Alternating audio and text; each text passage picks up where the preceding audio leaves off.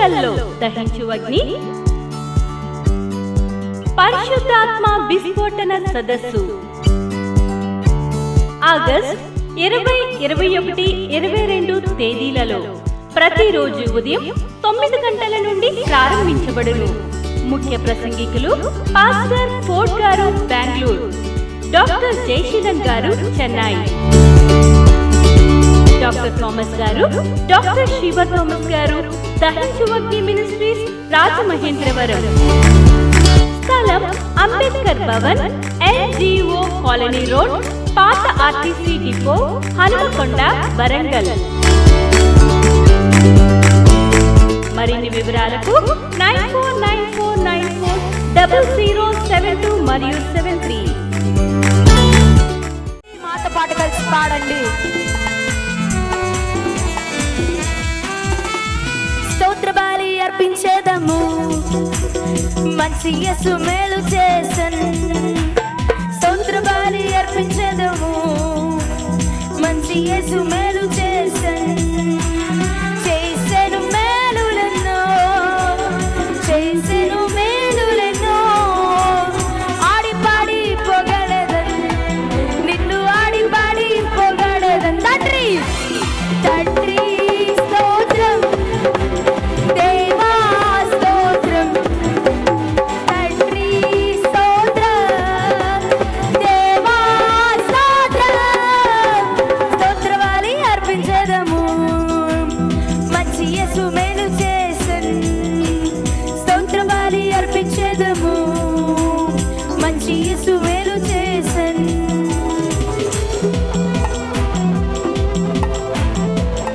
అందరూ కలిసి దేవుని స్తుతిద్దాం.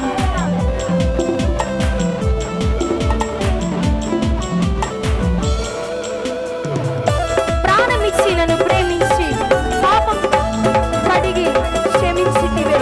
నీ కొరకు బ్రతుగా వేలుపరచి సేవ చేయుటకు కృపనిచ్చితివే అని పాడుతూ దేవుని నామమును మహిమపరచబోతున్నాం.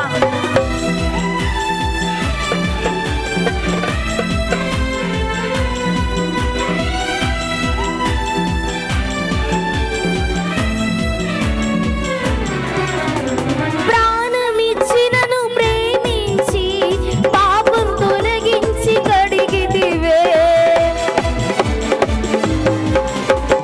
ప్రాణమిచ్చి నన్ను ప్రేమించి పాపం తొలగించి కడిగితివే. నీ కొరకు బ్రతుకా వేలుపరచి సేవ చేయి కృపనిచ్చితివే. నీ కొరకు బ్రతుకా వేలుపరచి సేవ చేయి కృపనిచ్చితివే. తండ్రి స్తోత్రం, దేవా స్తోత్రం. తండ్రి స్తోత్రం, అందరూ కలిసి దేవా స్తోత్రం.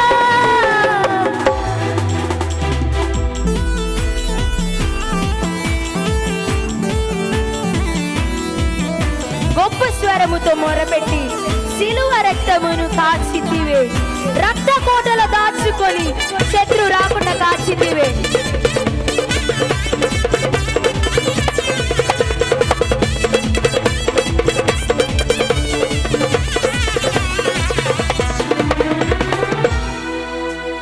గొప్ప స్వరముతో మొరపెట్టి సిలువ రక్తమును కాచితివే.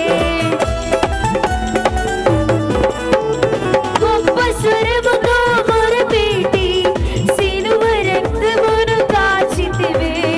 రక్త కోటలో దాచుకొని శత్రు రాకుండా కాచితివే. రక్త కోటలో దాచుకొని శత్రు రాకుండా కాచితివే. తండ్రి స్తోత్రం, దేవా స్తోత్రం. అందరూ కలిసి తండ్రి స్తోత్రం, దేవా స్తోత్రం. చూచే కన్నులు ఇచ్చావయ్యా, పాడే పెదవులు ఇచ్చావయ్యా, హస్తించే చేతులు ఇచ్చావయ్యా, పరిగెత్తే కాళ్ళని ఇచ్చావయ్యా అని పాడుకుని దేవుని నామమును మహిమపరచబోతున్నాం.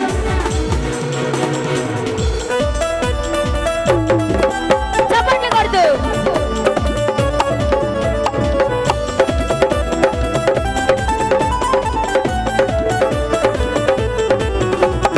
చూచే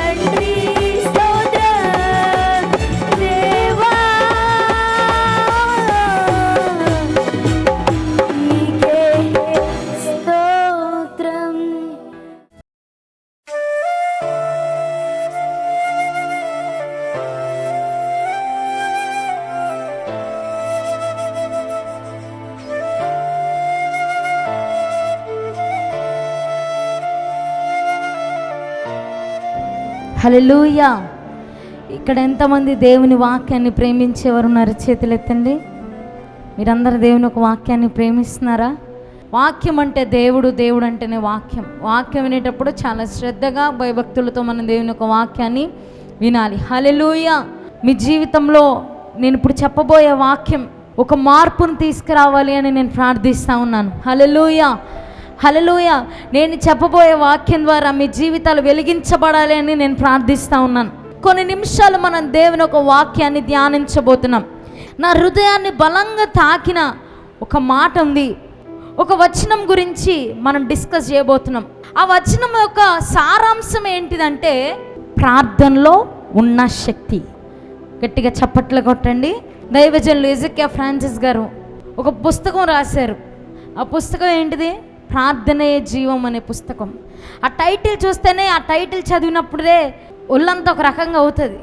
నిజమే, ఒక క్రైస్తవ జీవితానికి, ఒక క్రైస్తవుడికి, ఒక క్రైస్తవుడిగా పిలువబడుతున్న వారికి ప్రార్థనే జీవం. ఆమేన్, హల్లెలూయా, హల్లెలూయా. ఒక క్రైస్తవుడిగా నువ్వు ప్రార్థన చేయగలిగితే నీకు అసాధ్యం అన్నట్టు ఈ లోకంలో ఏది ఉండదు. హల్లెలూయా, హల్లెలూయా. ఈ నేను చెప్పబోయే వాక్యం ఒక సారాంశం ఏంటంటే ప్రార్థన. దేవునికి మొరపెట్టే వారికి ఉండాలి. కొంతమంది చూడండి, ప్రార్థన చెయ్యి అని చెప్పగానే ఒక లిస్ట్ చెప్తారు దేవుడికి. ఇప్పుడు ఒక లిస్ట్ ఉంటుంది చూసారా? కూరగాయల లిస్ట్ ఉంటుంది, సరుకుల లిస్ట్ ఉంటుంది. అంత చదివినట్టు చదువుతారు. అది ఇవ్వు, నా కొడుకు ఇది ఇవ్వు, నాకు అది చెయ్యి, నాకు ఇది చెయ్యి, ఇల్లు కట్టు, మ్యాడ్ ఇవ్వు, మిద్దివ్వు, ఇదే ప్రార్థన అయిపోయింది. అలా ఉండకూడదు నీ ప్రార్థన. నీ ప్రార్థన ఎలా ఉండాలంటే నీ ప్రార్థన నిన్ను, నీ కుటుంబాన్ని జీవింపజేసేటట్టు ఉండాలి. నీ ప్రార్థన ఎలా ఉండాలి? నిన్ను, నీ కుటుంబాన్ని జీవింపజేసేటట్టు ఉండాలి. అందుకే కీర్తనలు 107, 28, 30 ఒకసారి చదువుదాం. 30 వరకు. శ్రమకు తాళలేక వారు యెహోవాకు మొరపెట్టిరి. ఆయన వారి ఆపదలలో నుండి వారిని విడిపించెను. ఈ మాట ఎవరి కొరకు రాయబడి ఉందంటే ఇశ్రాయేలు ప్రజల కొరకు రాయబడి ఉంది. ఆ ఇశ్రాయేలీలు శ్రమలకి తాళలేక, శ్రమని తట్టుకోలేక వారు ఏం చేస్తున్నారంటే యెహోవా ఎదుట కన్నీళ్లు కారుస్తున్నారు. కొన్నిసార్లు ఆ కన్నీళ్లు కార్చి ఆ కన్నీటితో మునిగినప్పుడు ఏం చేయాలో అర్థం కాదు, ఎవరి దగ్గరికి వెళ్ళాలో అర్థం కాదు. కళ్ళు మూసుకొని ప్రార్థన చేస్తే ప్రార్థన నీ పరిస్థితులు మారుస్తుంది. ఆమేన్, హల్లెలూయా, హల్లెలూయా. ఇశ్రాయేల్ ప్రజలు ఏం చేశారంట? వాళ్ళ శ్రమలకి తట్టుకోలేక దేవునితో ఒక మాట చెప్తున్నారంట. వాళ్ళ శ్రమని తట్టుకోలేక దేవునికి మొర్ర పెడుతున్నారంట, ప్రార్థిస్తున్నారంట. ఈరోజు ప్రార్థనలో ఉన్న శక్తి ఎలాంటిదంటే నీ శ్రమలు, నీ తుఫానులను ఆపగలే శక్తి మన ప్రార్థనకు ఉంది. గట్టిగా చప్పట్లు కొడదామా? కొన్నిసార్లు అనిపిస్తుంది ఈ సమస్య నుంచి ఎలా బయటికి రావాలి, ఈ పలానా ప్రాబ్లం నుంచి ఎలా బయటికి రావాలి, ఎలాగ నాకు ఒక ఆన్సర్ దొరుకుతుంది. శ్రమలు, కష్టాలు, పోరాటాలు అనేవి రావు. నువ్వు క్రైస్తవుడివి, నువ్వు మంచిగా ఉంటావు అని నేను చెప్పలేను. పోరాటాలు వస్తాయి, కష్టాలు వస్తాయి, నష్టాలు వస్తాయి, కొట్టబడతారు, నెట్టబడతారు, శ్రమల వంటి మార్గంలో నడవబడతారు. నడిచినప్పుడు దేవుణ్ణి మరిచి తిరిగే వాళ్ళు చాలామంది ఉన్నారు. ప్రార్థన చేసావా అని అడిగితే వాళ్ళు ఏం చెప్తారు? లేదు, నేను చేయలేదు. ఎందుకు చేయలేదు? మనస్సు బాగాలేదు. ఎందుకు చేయలేదు? ఉద్యోగం రాలేదు. ఎందుకు చేయలేదు? నాకు నా కొడుకు గొడవలు అయ్యాయి, నేను ప్రార్థన చేయలేదు. శ్రమల్లో దేవుని వెతకకపోతే నీకు భ్రష్టత్వం బట్టి ఇంకా భ్రష్టులైపోతారు. మన శ్రమల వంటి కాలంలో మన జీవితంలో ఎగసి పడుతున్న తుఫాన్లో మన దేవునికి మొరపెట్టేవారికి ఉంటే ఆ ప్రార్థనా శక్తి ఏం చేస్తుంది తెలుసా? ఎగసి పడే శ్రమలు వంటి తుఫాన్లు కూడా ఆపేస్తుంది. మమ్మీ డాడీ దగ్గర, ఇద్దరి దగ్గర ఒకటి గమనించానండి, వాళ్ళకి ఏమి లేకుండా అన్నీ ప్రారంభిస్తారు, ఏముండదు, ప్రార్థన చేసుకొని ప్రారంభిస్తారు. ప్రార్థించి ప్రార్థించి ప్రార్థించి ప్రార్థన చేసి చేసి చేసి అన్నిటినీ సాధిస్తారు. ఈరోజు దేవుని బిడ్డలుగా దేవుడు సంఘముతో సూటిగా మాట్లాడుతున్నాడు. నీ శ్రమలో నువ్వు ఏమి చేస్తున్నావు? నీ పోరాటాల్లో నువ్వు ఏమి చేస్తున్నావు? నువ్వు దేన్ని వెతుకుతున్నావు? శ్రమలు రాగానే దేవుణ్ణి వదిలేసి తిరుగుతున్నావా? శ్రమలు రాగానే సంఘాన్ని మరిచి తిరుగుతున్నావా? శ్రమలు రాగానే ఒక క్రైస్తవుడు చేసే భక్తి కూడా చేయకుండా తిరుగుతున్నావా? దేవుడు నిన్నే అడుగుతున్నాడు. సంఘంతోనే మాట్లాడుతున్నారు, మీతోనే కాదు, ఇక్కడ ఉన్న అందరితో, నాతో సహా అందరితో మాట్లాడుతున్నాడు. ప్రార్థనలో ఉన్న శక్తి ఎలాంటిదో తెలుసా? వారు శ్రమల్ని తాళలేక, తట్టుకోలేక వారు ఏం చేశారంట? యెహోవాకు మొర్రపెట్టారంట. అప్పుడు యెహోవా ఏం చేశాడంట? ఆయన తుఫానుని ఆపివేయగా, ఆ మాట చదువుదాం. ఆయన తుఫానును ఆపివేయగా దాని తరంగములు అణిగిపోయెను. దాని తరంగములు అణిగిపోయెను. హల్లెలూయా. ప్రార్థన ఏం చేస్తుందంట? నీ పరిస్థితుల్లో, నీ శ్రమల్లో, నీ కష్టాల్లో ఆ ఛాయ కూడా లేకుండా అణిచి వేస్తుంది ప్రార్థన. ఏం చేస్తుంది? అణిచి వేస్తుంది ప్రార్థన. ఈరోజు పట్టుదలతో ప్రార్థించేవారు సంఘంలో లేవాలి.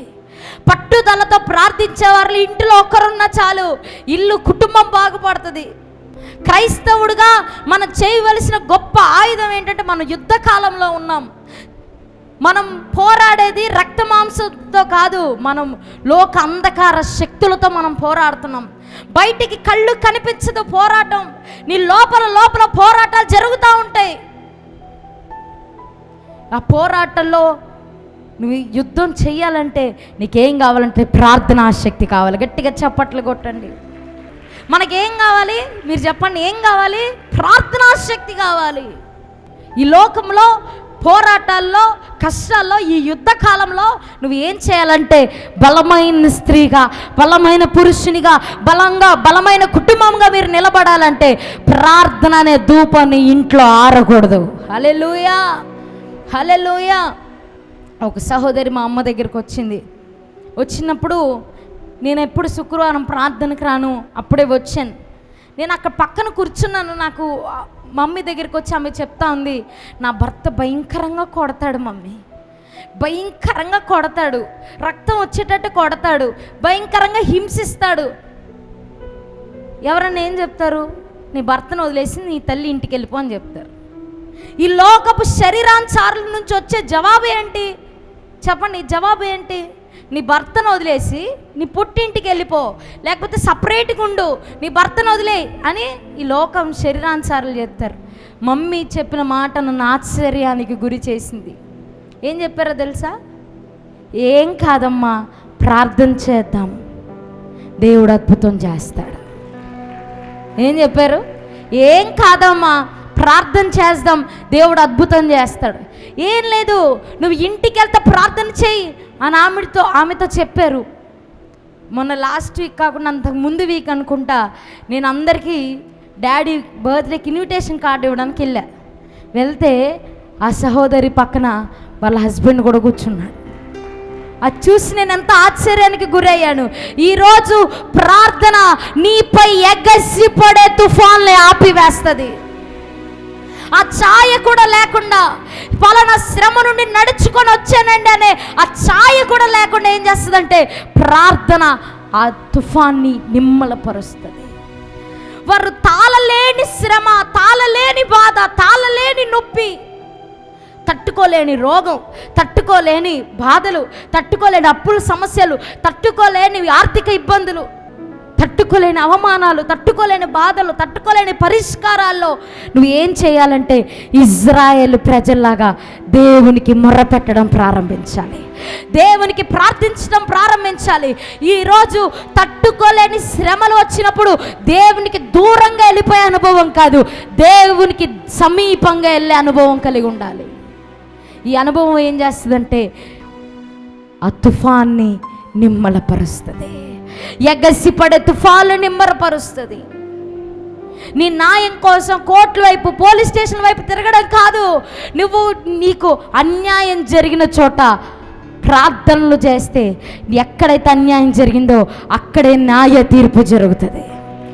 నీ ప్రార్థన ఏం చేస్తుందంటే శాసనాలనే మార్చి పడేస్తుంది. ఈరోజు ప్రార్థనలో ఉన్న శక్తి ఏంటంటే నీపై ఎగసిపడే తుఫాన్ని నిమ్మలపరుస్తుంది. గట్టిగా చప్పట్లు కొడదాం. ఈరోజు ప్రార్థన యొక్క శక్తి గురించి మన సంఘంలో అందరికీ తెలియాలి, అందరు వినాలి, అందరు చేయాలి, ప్రార్థనలు చేయాలి. రెండోదిగా ప్రార్థనలు ఉన్న శక్తి ఏంటంటే 145వ కీర్తన 18వ వచనం ఒకసారి చదువుదాం. తనకు మొరపెట్టు వారికందరికీ, తనకి మొరపెట్టు వారు అందరికీ, తనకు నిజముగా మొరపెట్టు వారికందరికీ యెహోవా సమీపముగా ఉన్నాడు. యెహోవా సమీపముగా ఉన్నాడంట. ప్రార్థనలు ఉన్న రెండో శక్తి ఏంటో చెప్పనా? ఈ ప్రార్థన ఏం చేస్తుందంటే నువ్వు దేవుని దగ్గరికి వెళ్ళటం కాదు, దేవుణ్ణి నీ దగ్గరికి తీసుకొస్తుంది. అత్యంత సమీపముగా దేవుణ్ణి నీ దగ్గర తీసుకొస్తుంది. ఈ ప్రార్థన ఏం చేస్తుంది? దేవుణ్ణి నీకు దగ్గరగా తీసుకొస్తుంది. నువ్వు చేతులెత్తి ప్రార్థించినప్పుడు, నువ్వు చేతులెత్తి దేవునికి మొర్ర పెట్టినప్పుడు దేవుడు వెతుకుతూ ఉంటాడు. నా కుమార్తె ఎక్కడో నిలబడి నా కొరకు మొర పెడతా ఉంది, వెళ్ళాలి వెళ్ళాలి వెళ్ళాలి అనే మనసే ఆయన ఏం చేస్తుంది? తొందర పెడతా ఉంటుంది నీ ప్రార్థన. నువ్వు ప్రార్థిస్తే దేవుడు ఏం చేస్తాడంటే నీకు సమీపంగా దగ్గరగా వస్తాడంట. పలానా దహించగిన ప్రార్థన మందిరంలో నా కుమార్తె ఏడుస్తుంది, నా కుమార్తె మొర పెడుతుంది, నా కుమారుడు మొర పెడుతున్నాడని దేవుడే దిగి వచ్చి నీ ప్రార్థనకి జవాబిస్తాడు. హల్లెలూయా, హల్లెలూయా. దేవుడే జవాబిస్తాడు. ఆయనకి నిజంగా మొరపెట్టే వారికి ఆయన ఏంటంట? సమీపస్తుడంట, సమీపస్తుడంట. దేవుడు సమీపంగా ఉంటే రోగాలు రావు, దెయ్యాలు రావు, చేతబడి శక్తులు పనిచేయవు. నీవు నీ కుటుంబం ఆనందంగా ఉంటారు. ఈరోజు దేవునికి సమీపంగా వచ్చే అనుభవం ఎక్కడి నుంచి వస్తుందంటే నీ మోకాల అనుభవం నుంచి వస్తుంది. దేవుడికి ఎప్పుడు దగ్గర అవుతావు, ఎప్పుడు దేవునితో ఒక క్లోజ్ ఇంటిమెసీ స్టార్ట్ అవుతుందంటే నీ మోకాల అనుభవం. నీకేం కావాలో అప్పుడు ప్రతిదీ నువ్వు చెప్పక్కర్లేదు. నాకు అది ఇవ్వు, ఇది కొను, బండి కొను, అది కొను, ఇది ఇవ్వు, ఇది చెయ్యి, అది చెయ్యి, ల్యాండ్ ఇవ్వు, హౌస్ ఇవ్వు అని నువ్వు అడగక్కర్లేదు. నువ్వు మోకాళ్ళు నీ ప్రార్థిస్తే వచ్చిన దేవుడు నీ పరిస్థితులను చూసి తన కార్యాన్ని చేసుకుంటూ వెళ్ళిపోతాడు, తన కార్యాన్ని జరిగించుకుంటూ వెళ్ళిపోతాడు. నీకేం కావాలో, ఏమి ఇవ్వాలో, నీకు ఏమి అవసరంగా ఉందో, దేని కొరకు ప్రార్థిస్తున్నావో నీ హృదయాంతరంగాన్ని ఎరిగి ఆయన ఏం చేస్తాడు? చేసుకుంటూ వెళ్ళిపోతాడు. ప్రార్థిస్తే చాలు ఆయన ఏమవుతాడంటే సమీపంగా వస్తాడు. ప్రార్థించే క్రైస్తవుడి దగ్గర దేవుడు నివసిస్తాడు. ప్రార్థించలేని క్రైస్తవుల దగ్గర పాపం వస్తుంది. ప్రార్థించలేని క్రైస్తవుల దగ్గర అసమాధానం ఉంటుంది. ప్రార్థించలేని క్రైస్తవుల దగ్గర గొడవలు ఉంటాయి. ప్రార్థించలేని క్రైస్తవుల దగ్గర ఈ లోకంలో ఉన్న చెత్తంతా వాళ్ళ దగ్గరే ఉంటుంది. దేవుడి పిల్లలు కదండి, ఆదివారం ఆరాధనకు వస్తున్నాం, డాడీ గారు ప్రార్థన చేస్తున్నారు, మమ్మీ గారు ప్రార్థన చేస్తున్నారు, అందరు ప్రార్థన చేస్తారు. నువ్వు ప్రార్థన చేసుకుంటేనే ఆయన నీ దగ్గరకు వస్తాడు. మేమందరు ప్రార్థన చేయడం ఒక ఎత్తు, కానీ నీ ప్రార్థనలో, నీ సహవాసంలో నువ్వు దేవునికి మొర్ర పెడితే ఆయన నీకు సమీపంగా వస్తాడు, దగ్గరగా వస్తాడు. నీకు ఆయనకి ఒక ఇంచు దూరం కూడా ఉండదు.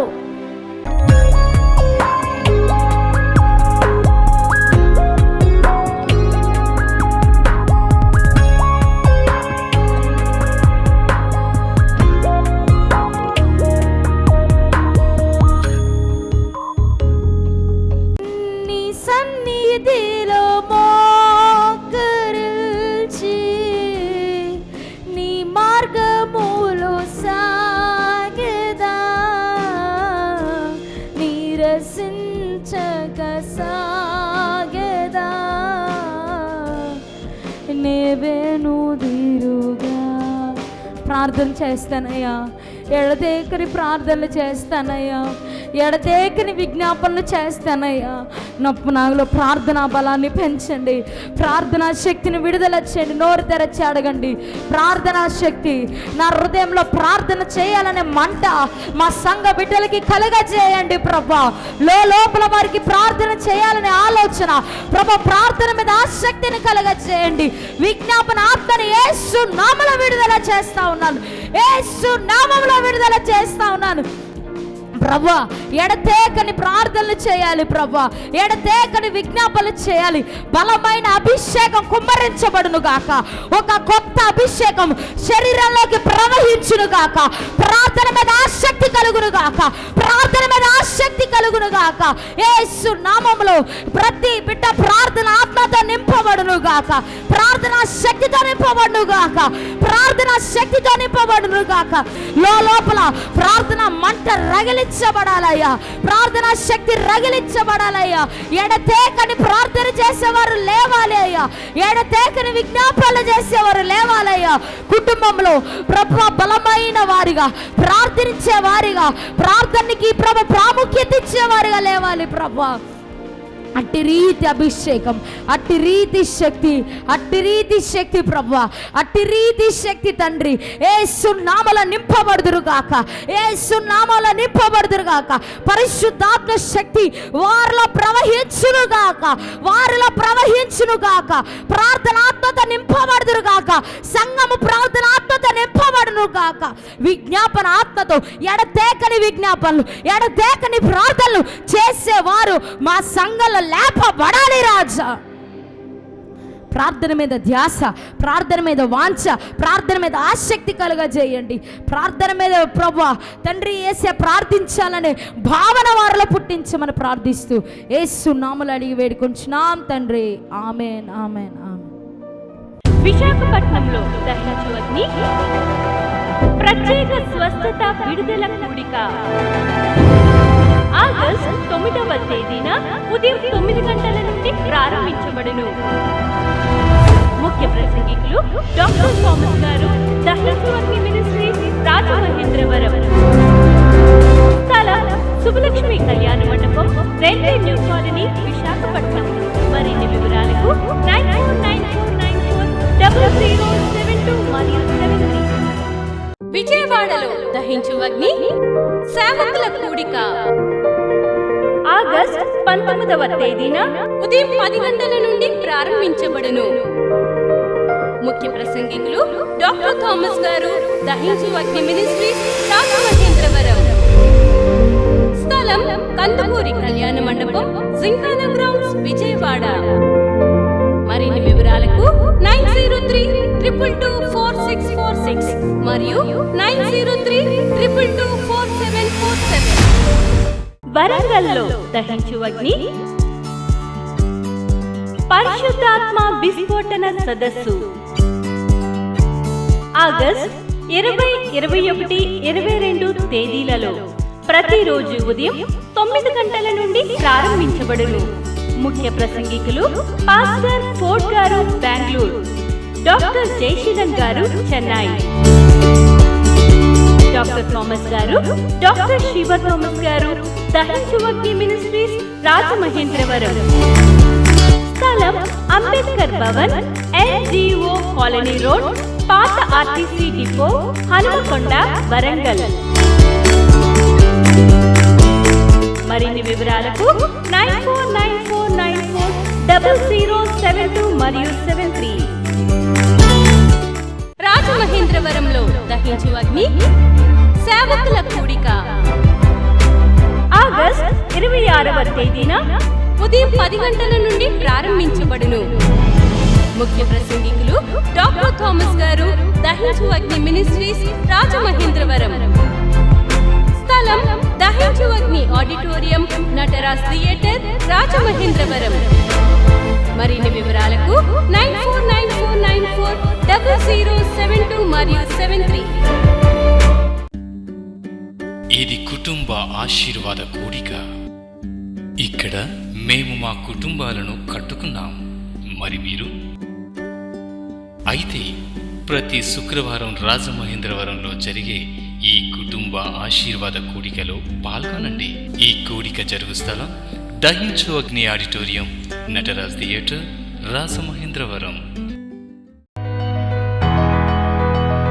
సికింద్రాబాద్ లో దహించు అగ్ని అద్భుత అసాధారణ కూడిక ప్రతి శనివారం సాయంత్రం 5 గంటల నుండి ప్రారంభించబడును. స్థలం SPG church ground, alpha hotel వెనుక సికింద్రాబాద్. మరిన్ని వివరాలకు 9494940074 మరియు 75. రాజమహేంద్రవరంలో దహించు అగ్ని అభిషేక ఆదివారపు ఆరాధన ఇప్పుడు ప్రతి ఆదివారం ఉదయం 9:30 నుండి ప్రారంభించబడును. తప్పక పాలు పొందండి, దైవిక ఆశీర్వాదం పొందండి. స్థలం దహించు అగ్ని ఆడిటోరియం, నటరాజ్ థియేటర్, రాజమహేంద్రవరం. మీ ప్రార్థన అవసరతలకు 9494940072 మరియు 73. ఈ టీవీ కార్యక్రమాన్ని చూసి ఆశీర్వదించబడినట్లయితే దహించు అగ్ని టీవీ పరిచర్యకు మరియు బ్లెస్సింగ్ ల్యాండ్ కు సహకరించండి. Dahinchu Agni Trust current account number 357222444370, State Bank of India main branch, Rajamahendravaram. My address doctor Thomas Dahinchu Agni Ministries, తుమ్మలోవా, Rajamahendra.